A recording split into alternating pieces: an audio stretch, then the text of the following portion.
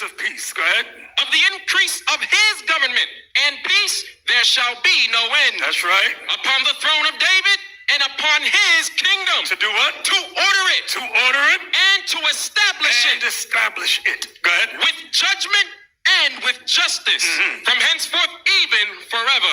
The seal of the Lord of hosts will perform this. So what I wanted y'all to see, I wanted to preface today's lesson, because you may have asked, Hebrews 13 and 8 said Jesus Christ the same yesterday, today, and forever.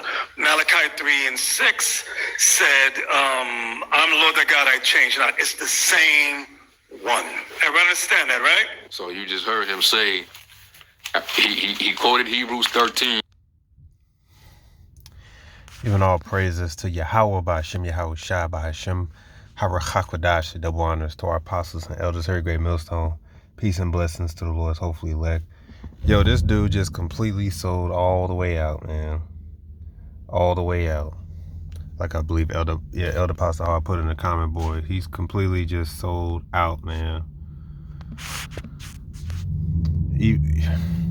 So in the past, shortly in the past, not that long ago, he said that the Israelites never dealt with the Father ever, because it was always Yahweh Shai in the Old Testament. So it was raising red flags like, wait a minute, are you pushing a Trinity doctrine? Are you saying that the Heavenly Father and the Son are the same person? And that's basically what he's saying. He don't have to directly say it like some of you clowns are probably wanting him. He didn't directly say that. He just basically said that. And the reason we say he's sold out is because if you know anything about Tazadakia in the past, which he called himself the God-sent comforter, he did the exact same thing. The very first thing he did was he took away the name of Yahweh Ba'Hashem Yahweh Shai. He said you can't call him Yahweh and Yahweh Shai no more. You got to say Jesus Christ. After that, he taught the Trinity doctrine. He said that they are all the same person. And then I also believe he taught a hell doctrine. This is why you can make the parallels and say that it's Bishop Nathaniel going down the same path as Tazadakia, which is a sign that what he completely sold out. Now, if you go to Malachi, this is how you know he's being a demon. When you go to Malachi 3:16, he says, "For I am the Lord," it's all caps, Yahweh, I change not, therefore you sons of Jacob are not consumed. That's not lowercase Lord, that's all caps. That's the name Yahweh, or they would say the tetragram. Yahweh. So when he says it's the same one, he's saying that they're the same one. Because when you go to the Hebrew, that word there is all caps. And you see the confusion that comes of that? Because now what he's going to say is that what that brings confusion is the name. So is there two names? Because you got Yahweh, then you got the Son, Yahweh Shai. But if you're saying you never dealt with the Son, then who's the name Yahweh? Who has that name then? You see, that causes confusion, which is exactly the whole point of teaching damnable heresy, is to cause confusion.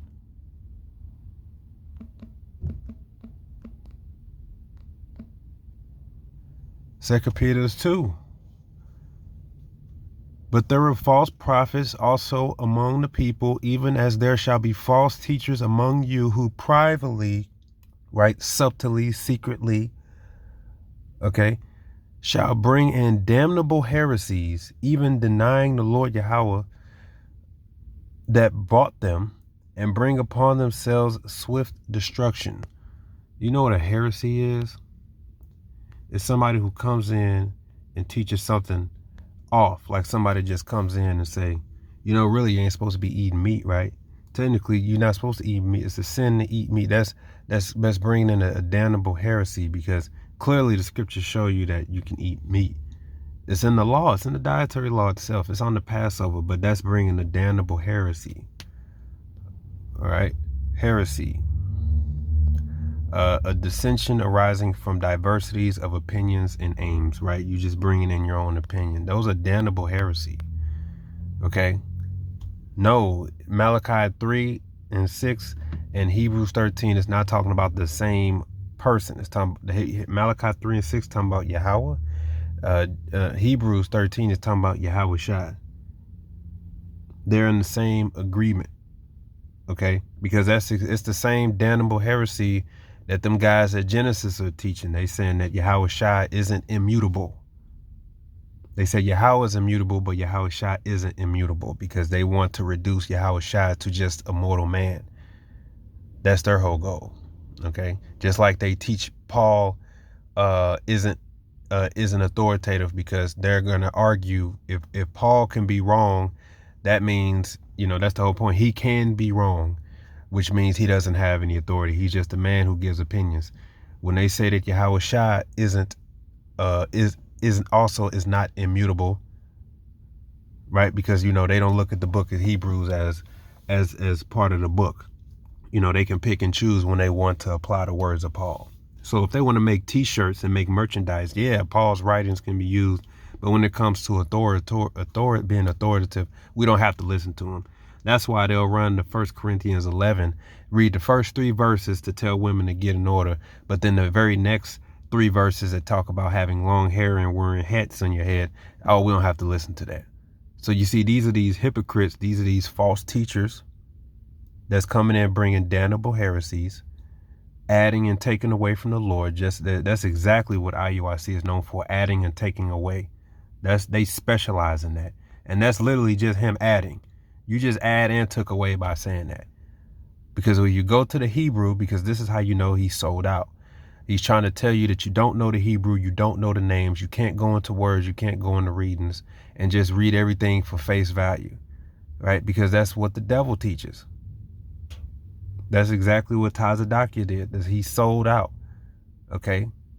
And the reason behind it all is because of money and because of fame. When you go to Maccabees, it's always just like Jason. Okay, let me read this first. Proverbs 24:21. My son, fear thou the Lord Yahweh and the king, and meddle not with them that are given to change. That's that guy, always changing. Remember, when it came to Revelation, the 13th chapter, at one point in time, the buying and selling had nothing to do with people or you and me. It had to do with big nations and small nations. They said, what the hell this got to do with a broke nigga in the ghetto? You ain't got no money. This has nothing to do with you. It has to do with big nations and small nations. They don't even, and then you know what they would go to? Revelation 18, where he talks about the things that was bought and sold from Babylon, slaves, all these things. What is it? Slaves. This is the precept he used, and we got the receipts. Verse 12, right? Verse 11, and the merchants of the earth shall weep and mourn over her, for no man buyeth her merchandise anymore. The merchandise of gold and silver, and the precious stones of pearls, fine linen, and purple, silk, and scarlet, and thine wood, and all manner of vessels of jewelry, and manner of vessels, most precious wood, and brass, and iron, and marble, etc. They used to use this precept to prove that the buying and selling had nothing to do with individuals. But he doesn't use this precept anymore. He dropped it like a bad habit, right? And thought that nobody would notice it. Now, all of a sudden, it has to do with individuals. You see, he constantly changing things. Okay, he said that he also teaches a hell now, right? But then again, does he still teach it? Because he's always changing. Why? Because he's getting his orders. You know. Let me see. Let's go to the Apocrypha.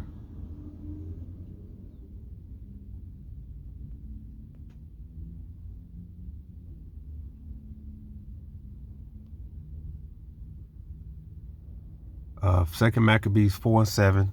It says, but after the death of Seleucus, when Antiochus called Epiphanes took the kingdom, Jason, the brother of Onias, labored underhand to be high priest. You see, so he sold out. Jason did. He made everybody wear a hat, you know, doing the same thing. That's another thing. Them Genesis guys won't ever go into that. You know, they can look up this book, that book, but they don't go into Genesis. I mean, they don't go into Jason. And about what does it mean when he said wear a hat? And y'all need to sit your asses down somewhere. But that just shows you that whenever they wanted to get a high position, they sold out. Okay? They sold out. That leader over there sold you out. He constantly changing the doctrine, and now he's teaching that the same, that you basically never dealt with the Father. So he's teaching basically a Trinity doctrine. That's basically what he's teaching. Okay. Proverbs 30:4. Really, start at 4. Who have ascended up into heaven or descended? Who have gathered the winds in his fist? Who have bound the waters in the garment? Who have established all the ends of the earth? This is a good question for these guys. Okay. It said, what is his name and what is his son's name, if thou can tell? Okay. What are their names? They'll have you believe they don't know. And he just merged basically the names. Because if he said it's the same one, so wait a minute, is Yahweh Shai, is his name Yahweh? Who is Yahweh then? You see, that's confusion. That's just more watering down the importance of the name, so you just get confused. His job is to confuse the people, because that's exactly what the wicked elite want. That's why they have control over religious leaders. They have people don't go too digging, don't dig too deep.